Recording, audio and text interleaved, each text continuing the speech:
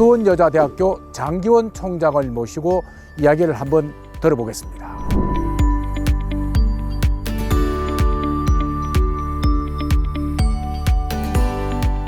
교육부 공무원을 지내시다가 유네스코 대사를 하셨어요. 맞습니다. 유네스코 대사는 외교부란 말이에요. 외교부에서 바라본 교육부, 어떤 생각이 드시던가요? 외교부나 이제 교육부나 이제 대한민국 중앙부처이기 때문에 그 시각은 그렇게 큰 차이가 없었을 것인데, 제가 이제 유네스코 대사, 그러니까 뭐 유네스코 대사는 기본적으로 외교부 소속입니다만은 유네스코 현장의 시각을 바라보니까 정말로 놀라운 그 상황을 많이 제가 목격을 할 수가 있었습니다. 그 중에 하나가 유네스코는 이제 교육, 과학, 문화기구입니다. 교육만 관장하는 기구는 아니고 이제 문화와 이제 그 과학, 뭐 우리가 잘 아는 세계 문화유산, 세계 자연유산 이런 부분도 유네스코가 이제 관장을 해서 이런 부분은 이제 문화 쪽에서 또 이제 중요한 부분인데, 저는 이제 교육부에서 오랫동안 그 근무를 했기 때문에 이제 교육에 대한 얘기로 조금 좁혀보자면은, 저희 대한민국에서 그 교육부 활동을 이렇게 쭉 하다 보면은 이 교육에 대해서 굉장한 열등의식을 갖게 됩니다. 대한민국 교육은 모든 것이 다 잘못된 것으로. 왜냐하면 하도 국민들이 그 다음에 언론이 이 교육에 대해서 칭찬하는 일이 국내에서는 없습니다. 잘했다고 칭찬한 예를 제가 이제 교육부에 근무하면서 한 번도 들어본 적이 없었던 것 같습니다. 그래서 항상 우리는 뭘 해도 잘못하는구나. 그리고 잘하는 게 없구나. 하는 약간의 그 열등감을 굉장히 갖고 오랜 제가 이제 교육부 공무원 생활을 했었는데, 이 유네스코에서 바라보니까는 이 대한민국의 그 교육은 아주 뭐 놀라울 정도로 극찬을 하고 있습니다. 이제 쉽게 말씀드리면은 한국전쟁 직후에 대한민국이 완전히 피폐했을 때, 그때는 아프리카만도 못한 이러한 그 열악한 그 교육 환경 속에서, 그때는 뭐 국민 소득이 아마 지금식으로는 100불보다는 70불, 80불 시절이었습니다. 그러니까 이 교육 자체도 이제 황폐화가 됐던 아무런 그 기반도 없는 이런 상황의 국가가 지금 그 무려 그 1인당 국민소득 3만 불 시대를 갖다 넘어서면서 아주 뭐 당당하게 이제 OECD 회원국으로서 이제 선진국 반열에서 이제 활동을 하고 있지 않습니까? 그리고 경제적으로는 뭐 세계 이제 10강의 대국으로 지금 저희가 이렇게 하는데, 이게 어떻게 가능했느냐? 그런데 그 답을 대부분 교육에서 찾고 있습니다. 그러니까 그 대한민국이 그렇게 그 어려웠던 그 시절이 있었음에도 불구하고 이 부모님들의 그 강한 그 교육열이 그걸 포기하지 않았다. 그래서 없는 가운데서도 끊임없이 이제 교육에 대한 관심과 지원으로 지금의 그 대한민국을 만들었다 해갖고 이 대한민국 그 교육의 그 현 주소에 대한 관심이 굉장히 높았습니다. 그래서 1차적으로는 뭐 초등교육 그 진학률, 뭐 중학교 진학률, 고등학교 진학률, 대학 진학률. 지금 잘 아시는 대로 초중고는 지금 100%입니다. 다. 그 사실상 이제 의무교육으로 지금 다 이제 지금은 이제 의무교육이죠. 고등학교까지도. 그리고 지금 대학 자체도 학령 인구의 지금 70%가 지금 진학을 하는 70% 이상이 될 수도 있습니다만은, 이런 나라가 지금 세계적으로 없습니다. 이런 그 양적인 성취를 이룬 나라가. 그리고 예전에는 저희가 과밀학급이다, 이부제 수업이다 등등 해갖고 양적인 성취는 어느 정도 이뤘지만 교육의 질적인 측면을 굉장히 의심을 했습니다. 그러나 지금은 최소한 그 초중고 수준에서는 교육의 양적이나 질적인 모든 수준이 세계적인 수준입니다. OECD에서 이제 발표하는 이제 피사라고요. 그 이제 학업 성취도 이 결과에 따르면은 뭐 특히 이제 뭐 이제 읽기, 쓰기라든가 과학이라든가 이런 영역에서는 세계 탑입니다. 이제 그런 식으로 그 단순히 양적인 측면에서만 우리가 이제 세계 최고의 수준이 아니라 이 교육의 그 질적 측면에서도 뭐 세계적인 그 수준을 좀 누리고 있습니다. 지금 이제 드리는 말씀은 주로 초중등 그 교육에 이제 국한되었습니다만은, 이 대학도 양적인 측면에서는 뭐 세계 어느 나라도 지금 따라올 수 없는 성취를 이뤄냈습니다만은, 이제는 조금 대학 쪽에서 이제 관심은 이 대학의 이제 질적 측면입니다. 그래서 우리의 그 연구 역량이라든가 또 그 대학 내에서의 이제 여러 가지 이 교육의 그 수준을 갖다 이제 제고시키는 노력이 이제 필요하겠죠. 그러나 어찌됐건 이 국제사회 또 국제기구에서는 그것이 파리에 본부를 두고 예. 있는 대표적인 두 기구가 하나는 유네스코, 예. 하나는 OECD입니다. OECD. 예.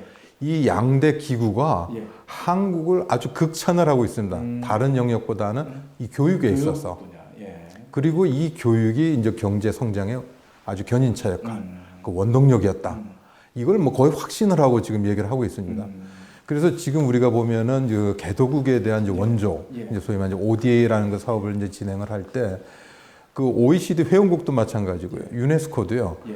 한국을 다 주시하라고 얘기를 하고 있습니다. 왜냐하면은 지금 뭐 미국이라든가 그 유럽의 그 선진국들은 저희 나라가 어려웠을 때도 선진국이었고 지금도 선진국입니다. 예.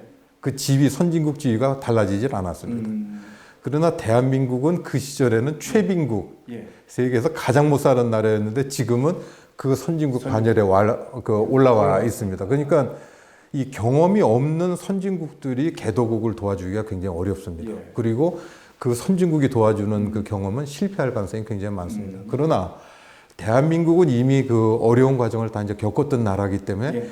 대한민국 경험은 예. 못 사는 나라들, 어려운 나라들에게 굉장히 유용한 경험이 됩니다. 예. 그리고 우리가 성공을 못했으면 그 예. 경험을 들으려고 하질 않는데 예. 우리가 성공을 했습니다. 그리고 이뤄냈습니다. 예. 그렇기 때문에 개도국은 저희 그 대한민국의 소리를 갖다 정말로 아주 경청을 하고 있습니다. 예. 이제 그런 의미에서 이런 놀라운 교육에 대한 그 평가가 예. 국제사회 또 국제기구에서는 이루어지는데 막상 예. 저희 그 대한민국 내에서는 그런 그 긍정적이고 그 좋은 그 평가를 저희 대한민국 교육에 지금 내리질 않고 있습니다. 예.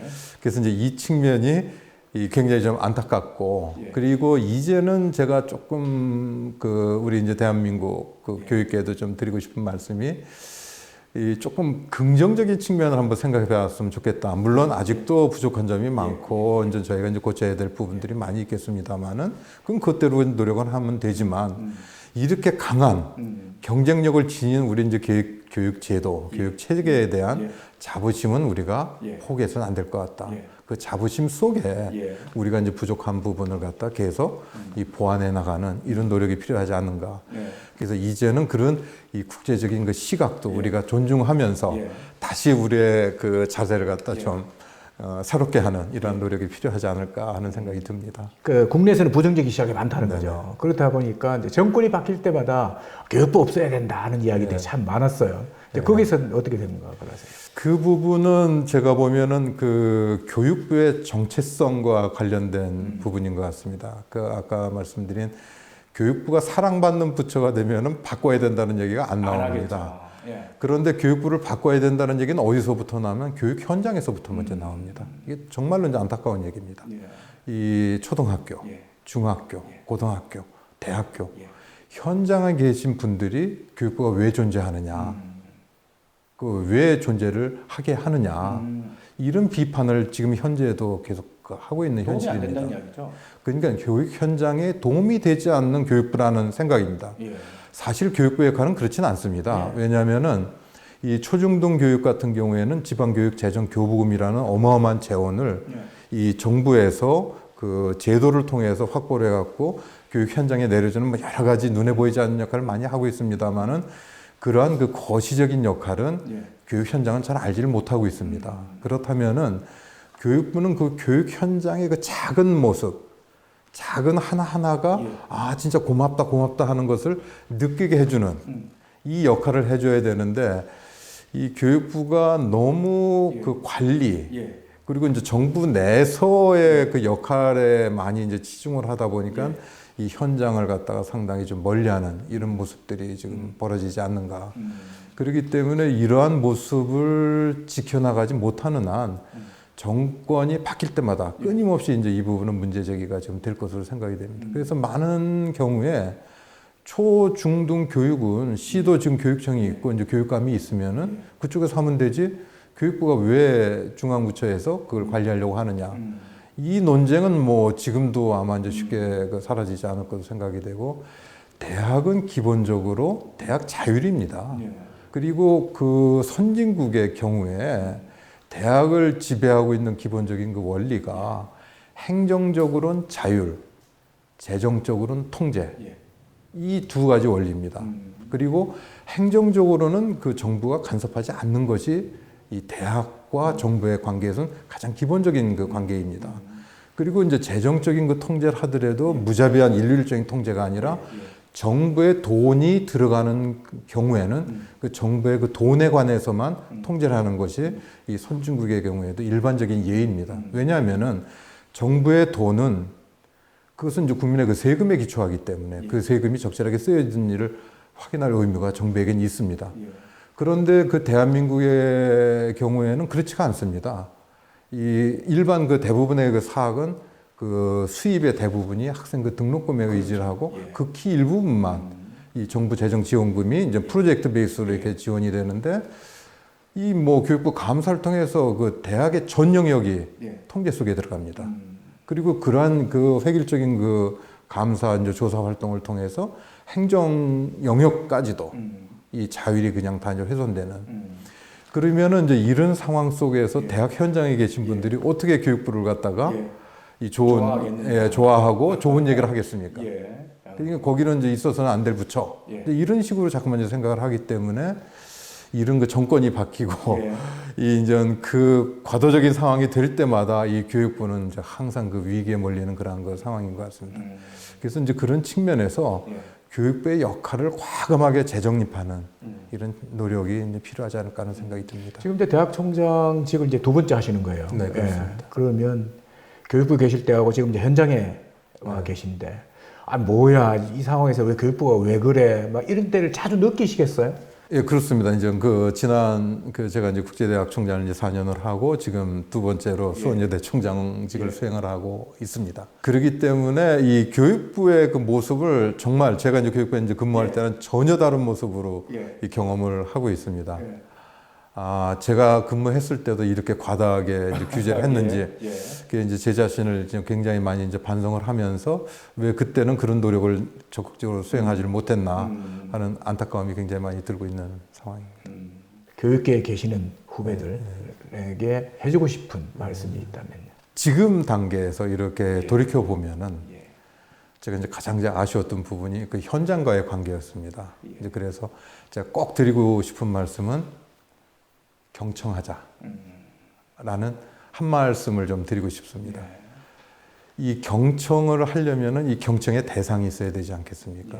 그러면은 이 경청의 대상은 우리 교육 현장이 돼야 됩니다. 그러면 이제 교육 현장에는 가장 중요한 학생이 있습니다. 그리고 이제 그 학생을 이제 가르치는 선생님들이 있고, 그래서 가장 중요한 그 경청의 대상은 바로 학생. 그 다음으로는 이 선생님들인 것 같습니다. 가르치는 역할을 수행하는. 그랬을 때 그분들의 소리를 정확히 듣는 그 자세가 필요한데, 지금 잘 아시다시피 대한민국에서는 그 초중고 이제 교원이 되고 또 교육 행정 쪽에 이제 들어오고 하려면은 대부분 대졸 이상의 굉장히 그 고학력자들이 교육 현장에 있든 아니면 교육 행정 쪽에 이제 종사를 하든 그 진출을 하게 됩니다. 그리고 교육과의 이제 관계를 이제 설정을 하게 되죠. 그런데 문제는 이분들이 나름대로 상당히 이제 배운 분들입니다. 이제 고학력 소지자로서. 특히 이제 자기 자신의 그 지식과 경험에 굉장히 이제 의지하면서 이 현장의 모습을 갖다가 좀 왜곡시키는 경향들이 굉장히 많습니다. 현장의 모습을 있는 그대로 이제 바라보는. 그러려면은 자기가 갖고 있는 모든 것을 좀 내려놓을 필요가 있습니다.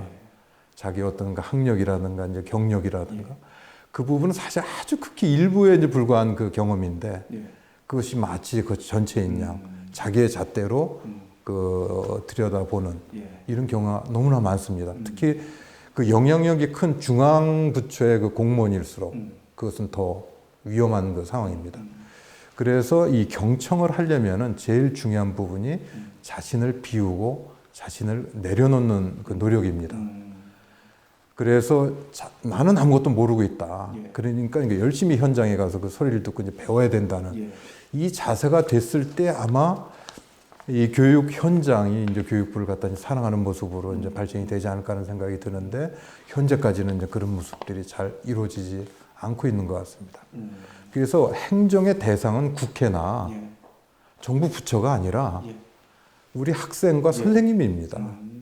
그러면 그 관계를 어떻게 해야 될지, 그리고 그 관계에서 우리가 어떻게 경청을 해야 될지, 경청하는 방법은 무엇인지. 그래서 이제 이 부분을 어떻게 보면 너무나 이제 상식적인 그 이야기입니다만은 전혀 이것이 실현되지 않고 있는 부분이기도 합니다. 그래서 저는 우리 이제 교육계 같이 이제 종사하고 있는 분들이나 아니면은 뭐 교육부에서 지금 일을 하고 있는 제 이제 후배분들에겐 꼭 이 교육 현장에 대해서 경청하는 자세를 가져줬으면 좋겠다 하는 말씀을 드리고 싶습니다. 우리 학부모와 학생들에게 해주고 싶은 말씀이 있다면 한 말씀 해주십시오. 이제는 그 대학 자체가 뭐 원하기만 하면 모든 학생들이 다 대학 진학이 가능한 지금 시대가 됐고요. 그 다음에 이제 사회가 너무너무 분화가 돼서 직업군이 정말로 다양하게 형성이 되어 있고요. 그 다음에 이제는 과거와는 달리 안정적인 직업 개념이 아니라 새로운 어떤 그 모험을 즐기는, 그리고 이제 새로운 이제 그 벤처성 어떤 뭐 또 개인 창업부터 시작해갖고 수없이 많은 그 도전들이 지금 이루어지고 있어서 과거 이제 어른들이 보는 것과는 전혀 다른 세계가 지금 전개가 되고 펼쳐지고 있습니다. 그 가운데에서 굉장히 새로운 직업군들이 많이 이제 창출이 되고 거기에 이제 고소득이 또 따라오는. 그렇죠. 그랬을 때 과연 그럼 학생들은 어떤 선택을 해야 될 것인가? 제가 이제 이러한 그 소위 말한 대한민국의 어떤 여러 가지 추이, 산업 추이나 대학의 이제 추이를 놓고 봤을 때 지금에 와서는 정말로 자신의 적성을 1차적으로 봐야 될 것 같다. 그래서 자기가 좋아하는 것, 잘하는 것을 하는 이것이 자기 인생의 소위 말한 그 성공을 갖다 담보하는 길이지 자기 성적에 따라서 좋은 대학 그 이름만 갖고 과거에 이제 했던 이런 접근은 대단히 위험하다 하는 생각이 듭니다. 그래서 이제는 뭐 그것이 4년제 대학이 됐든 전문대학이 됐든 사이버 대학이 됐든 또 취업을 먼저 하고 취업과 동시에 나중에 이제 그 학업을 갖다 하든 이것은 아무런 의미가 없습니다. 그것은 사회에서도 그런 차별이 지금은 이루어지지도 않고 있고 보수상의 차이도 마찬가지고 또 신분상의 차이도 마찬가지고 이제 그랬을 때 이 부분을 학생들은 잘 알고 있는 것 같아요. 이러한 그 직업군의 차이라든가 또 대학에 있어서의 이제 차이가 없는 것을 학생들은 잘 알고 있는데 부모님들이 과거에 이제 보수적인 그 생각을 계속 갖고 계시기 때문에 그 학생의 그 선택을 갖다가 인정을 안 하려고 하는 경향이 굉장히 많습니다. 그래서 이 학생들도 이제 자기가 잘하고 좋아하는 것이 무엇인가를 갖다가 찾아내는 노력을 좀 열심히 해줘야 될 것 같아요. 그냥 막연히만 내가 이것을 좋아한다, 그 다음에 잘한다 생각할 것이 아니라 자기 스스로가 한번 이제 검증하는 노력. 진짜 내가 이걸 좋아하는지, 내가 이걸 진짜 잘하는지. 그래서 그 부분에 자기 확신만 있다고 그러면 나가는 겁니다. 그것이 뭐 예술 분야가 됐든, 뭐 자연과학 분야가 됐든, 공학 분야가 됐든, 문학 분야가 됐든, 거기서 이제 승부를 걸 수가 있는 것이죠. 그리고 이제는 그 길이 너무나 많기 때문에, 그리고 그 길을 걷는데 지금은 신납니다. 모든 것이 다 가능한 그 현실이기 때문에. 그랬을 때 과연 그런 길을 부모님들이 밀어주겠느냐. 그래서 이제는 그 부모님들의 시각을 과감하게 깨는 노력을. 그래서 부모님들이 그 자녀들의 눈높이 또 자녀들의 그 삶, 이 부분을 이해해주는 노력이 굉장히 필요할 것이다 하는 생각이 듭니다. 그렇지 않으면은 학생들은 이미 이제 그것을 알고 있는데 부모님들이 오히려 몰라서 그 부분을 갖다가 때로는 그 지원을 못 해주고 또 그게 성공의 길인데도 불구하고 그걸 이제 다른 길로 인도하는 그 우를 범할 가능성이 있다. 그래서 제가 드리고 싶은 말씀은 이제는 정말 이제 세상이 변했기 때문에 학생이 잘할 수 있는 것, 좋아하는 것, 그리고 부모님들은 빨리 공부를 같이 하셔서 그 부분을 어떻게 도와줄 수 있는지 이 공부가 필요한 것 같습니다. 명문대학에 대한 공부를 할 게 아니라. 그래서 그 말씀을 좀 드리고 싶습니다. 굉장히 중요한 이야기인 것 같아요. 오늘 하여튼 그 귀하신 시간 주셔서 고맙습니다. 오늘 이렇게 귀한 시간 마련해 주셔서 정말로 감사드립니다. 고맙습니다. 고맙습니다.